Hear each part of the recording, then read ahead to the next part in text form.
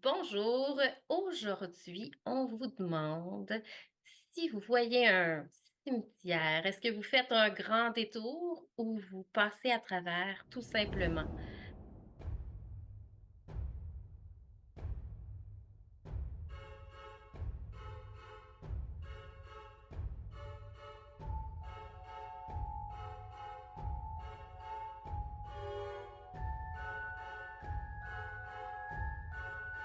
Vous êtes tous les bienvenus dans l'univers des filles insolites.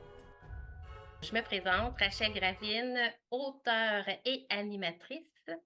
Julie Brassard, autrice.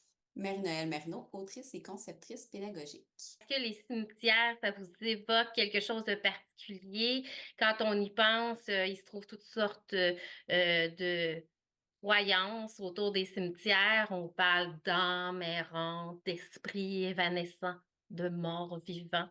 À quoi vous croyez autour des cimetières? Qu'est-ce que ça vous inspire? Moi, ça m'inspire les vampires. C'est le lieu parfait pour ça.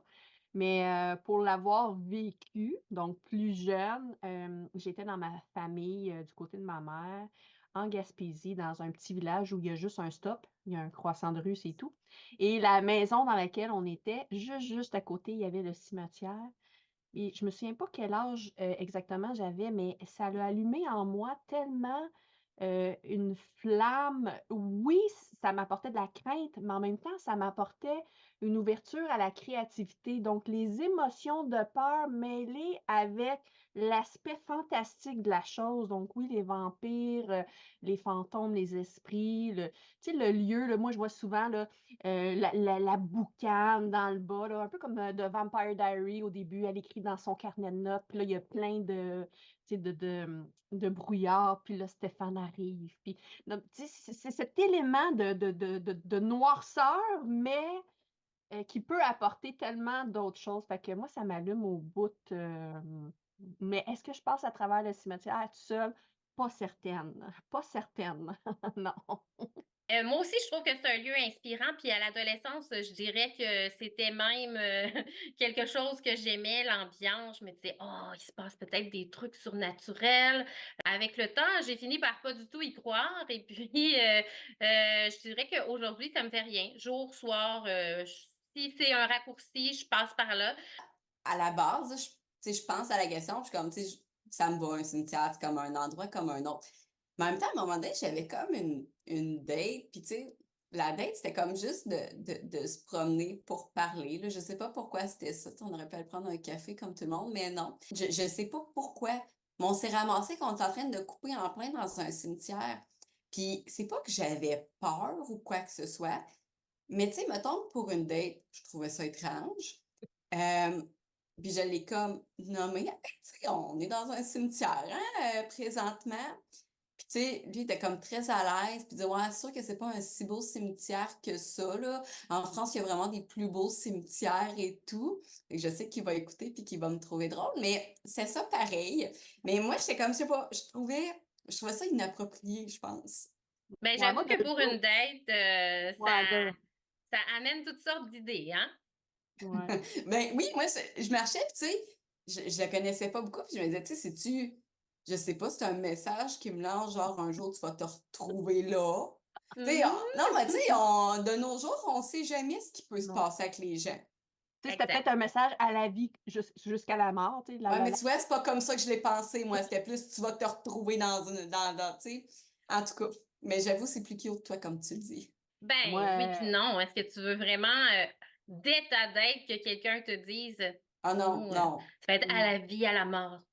Non, trop intense, pas important. Trop intense. Ça va se terminer ici. C'est drôle parce que dans un livre, le vampire qui dit ça à la fille, tout de suite, on accroche, tu sais, puis on fait comme oh oui, oh oui.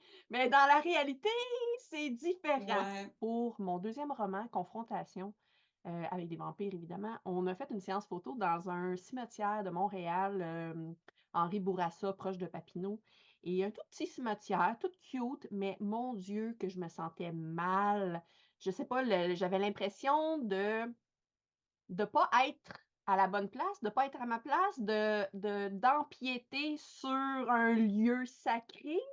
je sais pas, je me sentais, j'avais vraiment beaucoup de difficultés à rester le plus naturel possible, là. Puis, je me souviens aussi que pour, le premier tome, le premier livre, Féruca, on est allé aussi au cimetière de Saint-Eustache parce que dans le livre, les jeunes vont faire la fête dans le cimetière.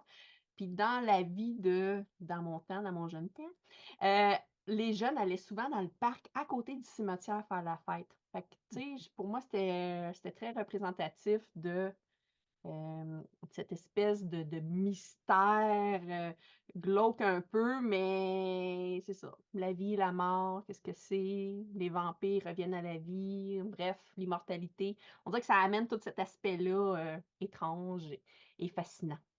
Bref, Mm. je ne sais pas si, il y en a qui voudraient visiter un cimetière hanté, oser passer à travers, mais je peux vous dire que le cimetière, je l'ai noté ici, de Notre-Dame-des-Neiges au sommet du Mont-Royal est réputé pour être hanté, d'être le plus grand cimetière au Canada, mais d'être hanté. Alors, si il y en a qui sont braves, c'est peut-être un lieu à ajouter pour votre prochaine date. Dans la partie 2 sur les cimetières, on vous rapportera une légende et des faits sordides.